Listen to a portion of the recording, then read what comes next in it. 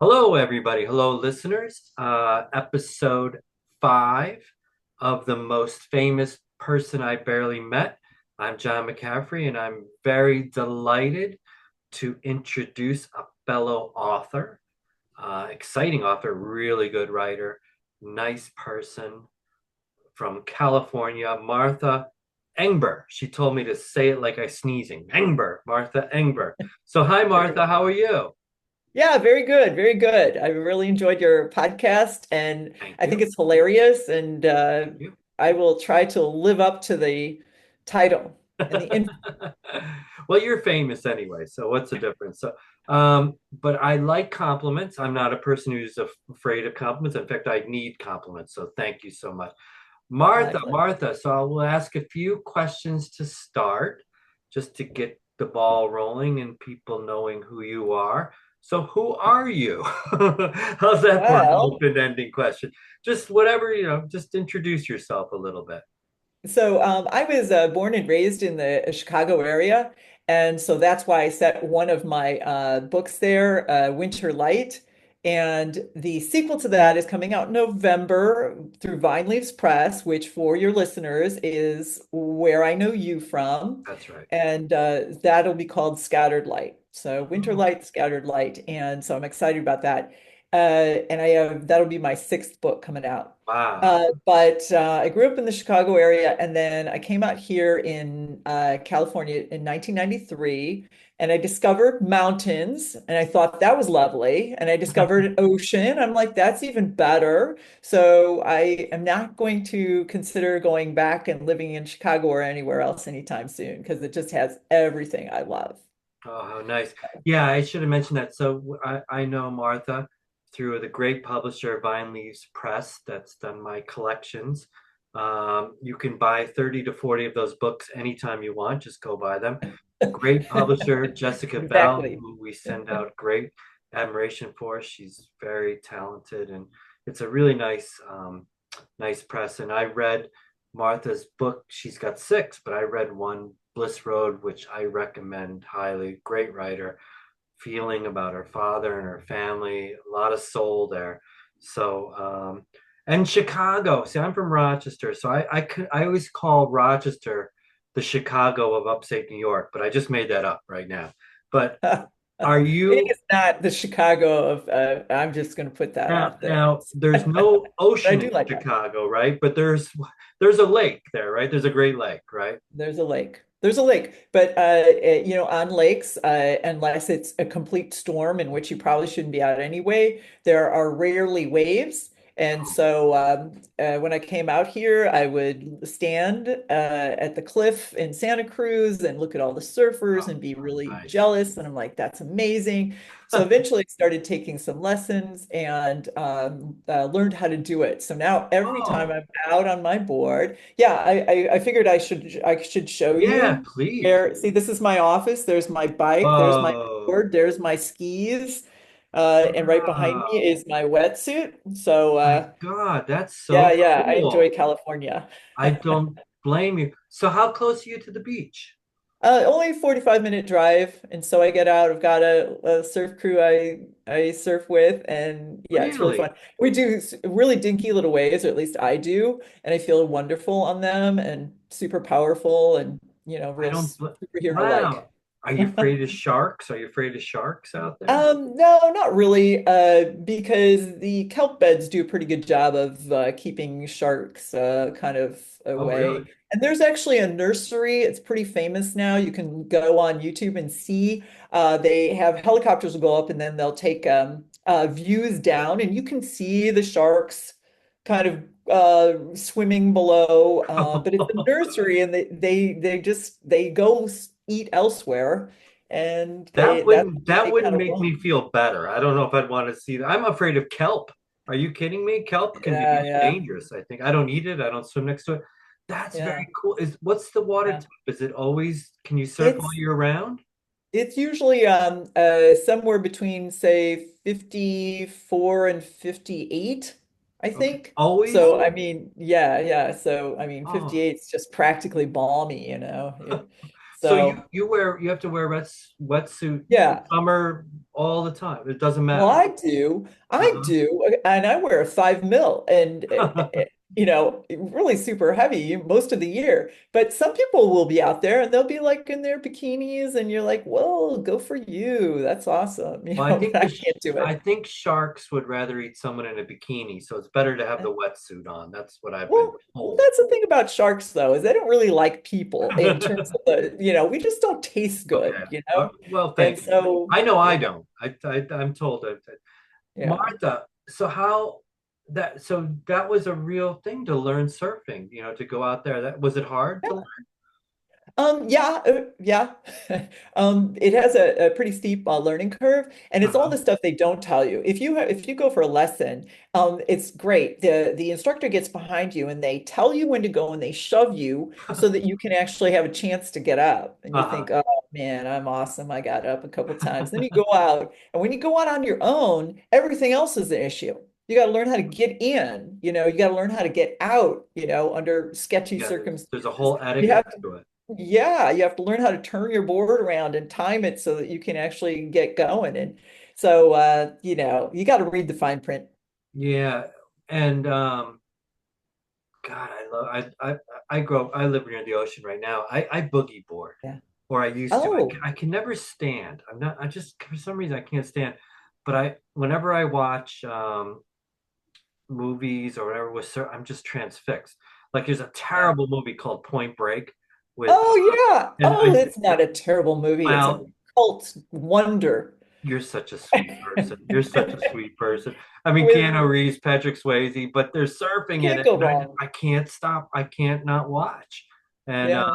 then there was something on Netflix the other day about it's called 100 Foot Wave. Have you Oh seen? yeah, it's a TV series, Oh and it's my about the God. essentially, and the basic story is fantastic. The whole craze about that is that a small town mayor gets an idea for promoting his community, his really Uh-huh. tiny community in Portugal, by selling this magnificent wave to top Oh. surfers. And it takes them forever to try and attract one to come and do this wave. Uh-huh. And in the winter during storm season, it's the waves can get up to, 100 feet.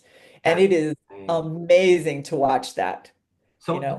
the waves that you're riding, what's sort of this? How big are Oh, they? like 1 foot, But that but you 2 foot, laugh. But I I know a mean, little bit about waves.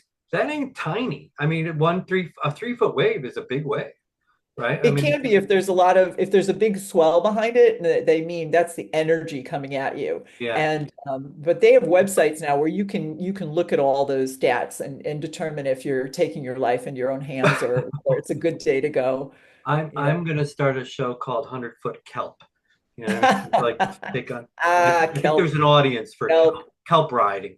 kelp is good. What else do you like to do other than writing and books and surfing? Is there anything else you like to do? Well, that's kind of how I split my life. So, it's there's two things that I seem to be okay at, and one is movement, the other one is writing. And so the movement Great. portion of it is like I bike, I like to swim, so I was for your listeners, I was telling you in our pre-talk Yes. that I was a little worried about being asked about sports because I don't know sports teams very well. My memory for them is not that great, and Uh-huh. same with song lyrics. So I was going to ask you to sing a few things, but that's I know, don't, I won't. 'cause I won't remember anything except maybe Happy Birthday. But with sports teams, I remember the Chicago teams, of course. You grow up with the Cubs. You got to Sure, love the Cubs. It sure. doesn't matter whether they win or lose, you love the Right. Cubs.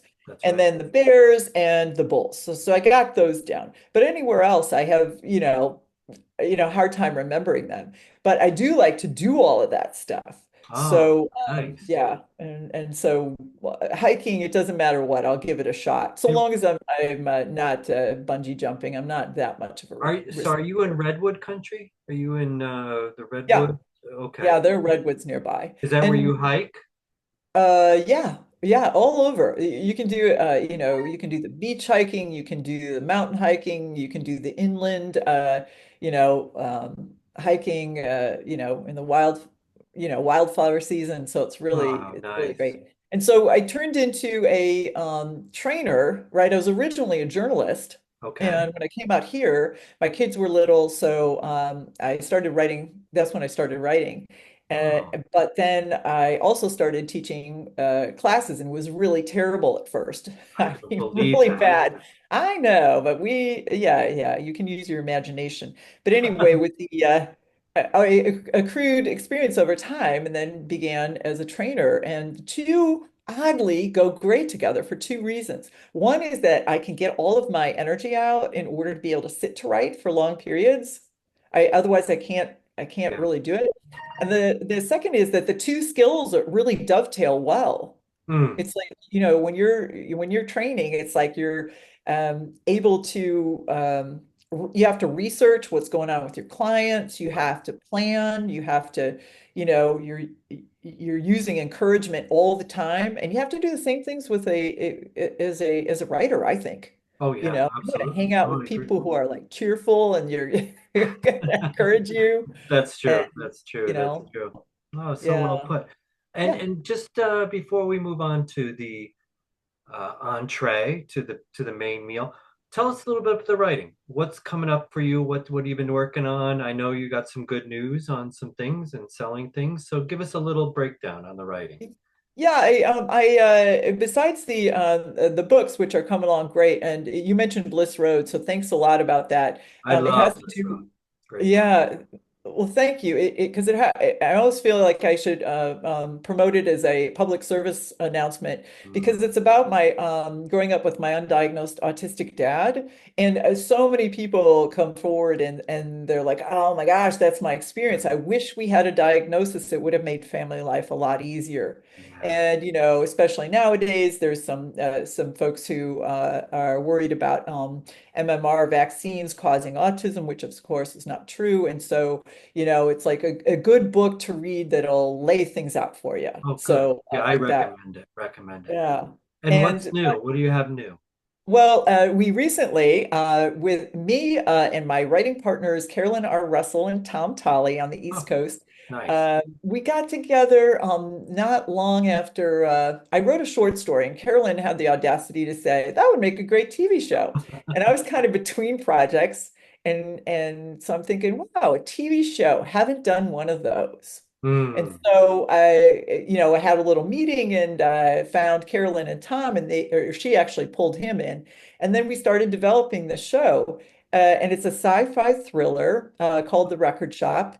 And after 3 years, we sold it to Night Studios in Ah, Las Vegas. And so they're congratulations. currently packaging it for selling to streaming. And so it's really exciting. I mean, That really, is exciting. yeah, Well, if screenwriting you is a have whole different if they have a role for a middle-aged, I'm taking very pizza-loving kelp hater, please feel I've free got to your name down. pass. I'll pass my resume. Well, Yeah, congrats. It's so good. I like hearing about your life. It's such a nice balance of art and yeah, nature and activity, and you have such a nice deprecating humor. yeah. And a good, or I was before we started, it was a little dark here, a little dark, and then when I logged in, the sun came out. I said the California sun with Martha. Well, before I have one last question. It's the silly question. It's the mystery question. The Okay, mystery question. Okay. Now you're in girding myself. redwood country. And I ask everyone this. I ask everyone this. Have you ever seen Bigfoot? Oh, so just the other day, No, it's you did not, looking did you? good, staying in shape, looking good. Well, I always But say because if you did, we stop the whole thing and then that's all we talk about. So, but well, it's not. the You're in the re cut. You're in the woods. You're in the mountains. You might have. Well, you know what? You're actually not wrong. We watched a documentary, and I really wish I remember the name. Remember, I don't remember titles. But if people look it up, there's a documentary which is hilarious, and they talk about essentially the illegal marijuana trade in Northern California, famous for that. Yeah. Anyway, Bigfoot was essentially created by a guy who was, kind of a narcissist, mega marketing guy and created the whole idea. And he hired somebody to wear a Bigfoot suit. And the guy Yeah. they talked to, they interviewed this guy. And there's like one little famous snippet where you apparently can see Bigfoot kind of running off through the Yeah. trees. And he's like, if you look, you can see the outline of my wallet in my back pocket. You can. So it was great. I I thought I hate to burst your bubble for all the no, no, people, that's I thought it was listeners going that on might that be excited.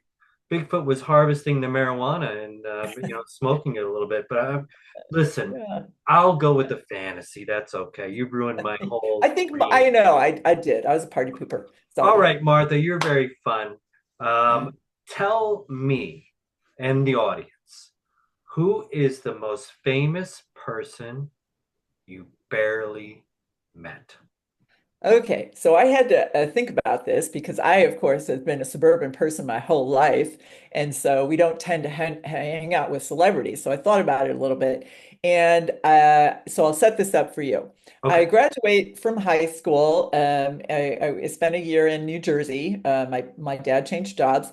And so then I went to school at the University of Missouri Columbia. And I went and decided to go into journalism because my parents would have killed me if I'd gone into like creative writing. And, that was just not on the table. So as soon as I got to school, I was 17 years old because I didn't have a birthday until October.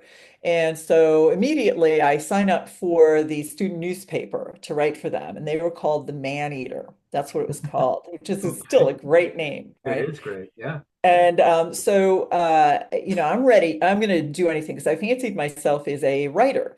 I wrote regularly in my diary, for example, Hmm. and I had won a few innocuous, but to me, very influential essay contests in high school. So I thought this portended fame. And so when I got to school, you have no inhibitions at all. And so I got a call. I was actually on a date and I got a call from the newspaper editor, and he said, "Hey, we don't have anybody to cover Stephen Stills interviewing him. And Oh, he's over right now at the concert center." And so, I'm like, Stephen Stills, wait, I've heard that name before. And so, for all of your listeners, this is Stephen Stills, is in Crosby, Stills, and Nash, the sure, famous sure. folk rock group. And so, what do I say? Sure. I mean, that's what you do as a journalist. You never say no. You're like, yes, let's do that. So I had a little notebook, and it was literally a little black notebook. And then my mom gave it to me because it was before the internet. So you had to write down addresses and stuff. So I took Right, this and I thought it looked very official, right? But you could only write like 3 words a page because they were like 3 by 5 inch. right. So, but I looked good. So I and my date is like, yeah, yeah, you can go. I'll just wait for you. So he goes with me, and there's like you go to the back of the concert hall, and there's a guard standing there, and who are you? And I'm like, ooh, I'm press.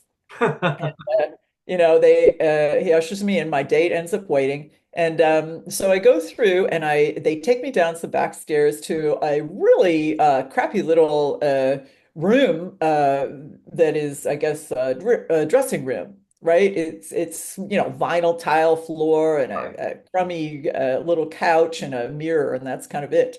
And there's Stephen Stills. And at this time, right, and Stephen Stills is not an exciting looking man, to a 17-year-old anyway. He's, Sure. kind of middle-aged. He's kind of paunchy. His hair's thinning. He's, Okay. I'm not self-conscious. All right, go on.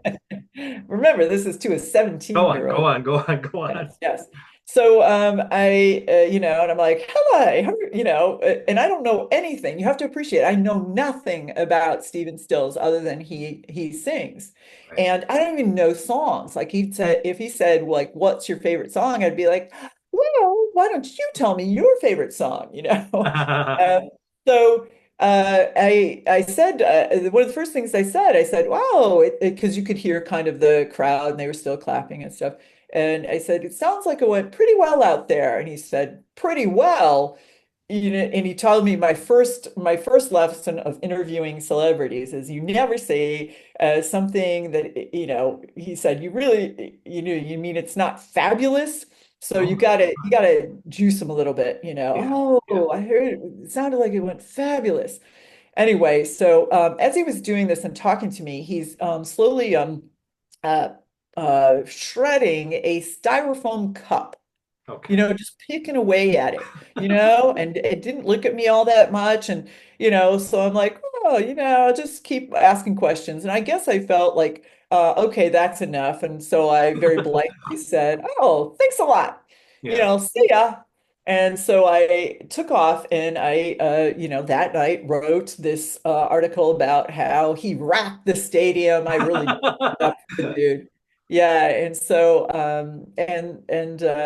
that's kind of it. That's a That's what do you the mean? thing that's the thing I didn't say is that he said right as soon as we uh had started, he said, and I'm not going to answer any questions about David.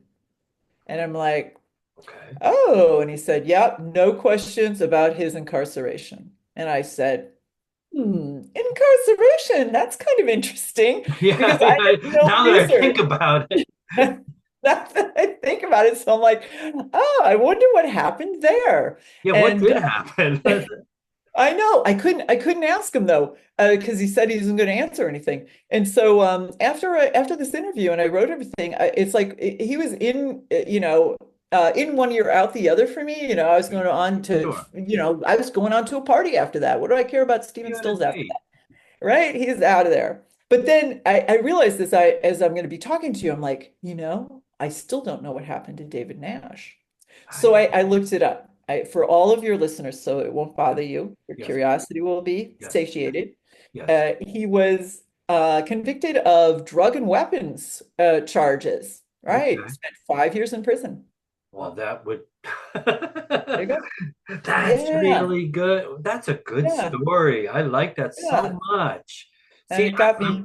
I really, you tell it very well. I like, I'm not trying, I have a relative always says, uh, self-praise is no praise. But I really love this concept I have here because whenever I ask people this, the story is so much better than the star, right? Your story is so great. This young woman, eager, wide-eyed, take any job on a date, this self-pretentious folk star, you can't ask this and all that. And I wasn't going to ask you about that, you guy, and he's picking at the cup. That's the writer in you, Martha.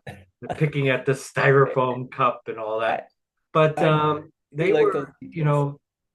I don't know everything about them, but they were a huge band, huge, Yeah. iconic. Crosby, Stills, and Nash, and Young, and Neil Young, and Yeah, when you finally he joined. branched out. I went as Neil Young for Halloween once. I put mutton chops on and all that. No one knew. They just thought I looked strange. Um, Yeah. Yeah. what happened to the Well, date? What happened to the date? Do you remember? I don't even remember. He had to have been a nice guy because if he wasn't, I guess I wouldn't have. I would have remembered that.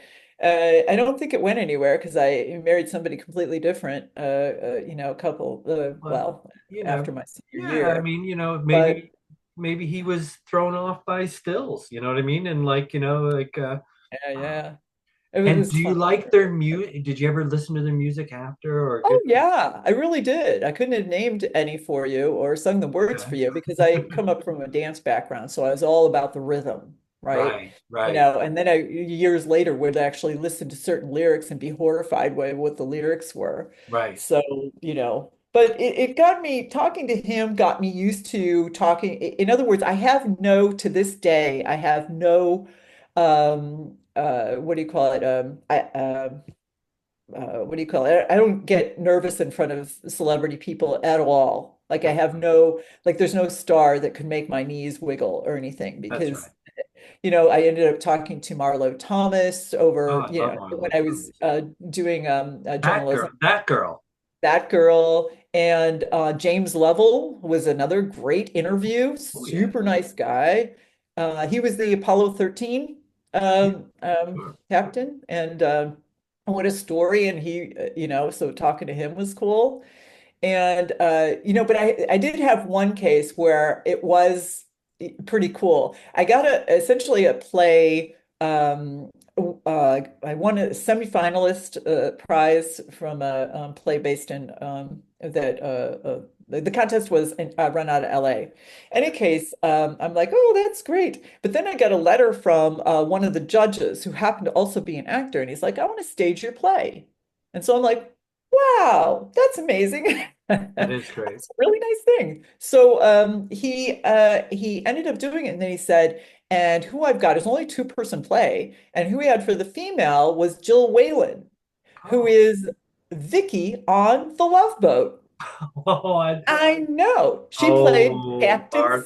Martha, we could talk for another Yeah. hour and a half about the Love Boat. Are you Yeah, kidding me? I mean, you're right. If if you grew up in like the 70s, Oh yeah. 80s, it's like that was the rockin' Saturday night. You You watch The kidding Love me? Boat, and then you watch Fantasy Island, and that's just how it was. Bernie Koppel as Doc, as the lascivious Doc trying to hit on Yeah. all the lady. Isaac the Yeah. bartender. Isaac the Yeah. bartender. Gavin McLeod, Gavin McLeod, and so Vicky, scariest person so on television. Yeah. yeah, Jill Whalen played the Vicky, who is Captain Stubing's daughter. Yeah, yeah. She Gavin was sort of the McLeod. Julie McCoy in waiting, right? Yeah. Oh, this is Yeah. scary. See, look at And this. she We was go from stills to Julie McCoy, isn't that? So it, here's my final question. It was, but I really enjoyed that story. That was really good. Here's my final question. I don't know if Stills is alive or not. Is he still alive? he is. He's Okay. 80. If Yeah, I looked you that up too. if you saw him again now, what would you ask him? Or what would Uh, you say to him? What would you say to I would say probably you must remember me. him? That's what I would say because And I'm sure I made this huge impression on him. And maybe it would make him nervous, like, oh my gosh, maybe it's somebody, I had a liaison with forever ago and don't recognize who they are. That would be kind of fun to so think. you want to throw him off a little. You want to throw Of him off. course. Of Yeah. course. Maybe You bring in a know. styrofoam cup and throw it at him. That's right. Start peeling it. Does this bring back any memories? Yeah, yeah, I didn't mention too, I like that, he gives you this advice. You never downplay, whatever. And then you go and you write rocking crowd and all that. But you learn the game, right? You learn the game. You Learn, learn the you game. learn the game. That's Wow. exactly right. That was really good. That was really, really good. You know what I'm gonna do? I'm gonna probably listen to some Crosby, Stills and Nash now. I gotta, There you go. but and I Happiness. and I usually carry a paper cup around, so it's I don't better know. for the That's earth than problematic for me. styrofoam. Martha, you're really fun. You're really nice, and Well, I thanks for having me. It was well, really fun. please, please. I recommend with all my heart and mind and whatever to buy Martha's books. They're really good. I read Bliss Road. I'm going to read more. It's really important book, important. Uh, And buying these press are kind of shared publishers, very worth it. So uh, watch this episode, buy her books, follow her, and go surfing in kelp fields. I think that's the yes. message we learn. Take a risk. That Take a is it. risk. And don't ever tell Steven Stills that his band didn't rock. Is nothing They less didn't of bring the house stupendous. down. Okay. Yes. All right. Bye, Martha. Thank you so much. Bye, everybody. Thank you. Bye, everybody.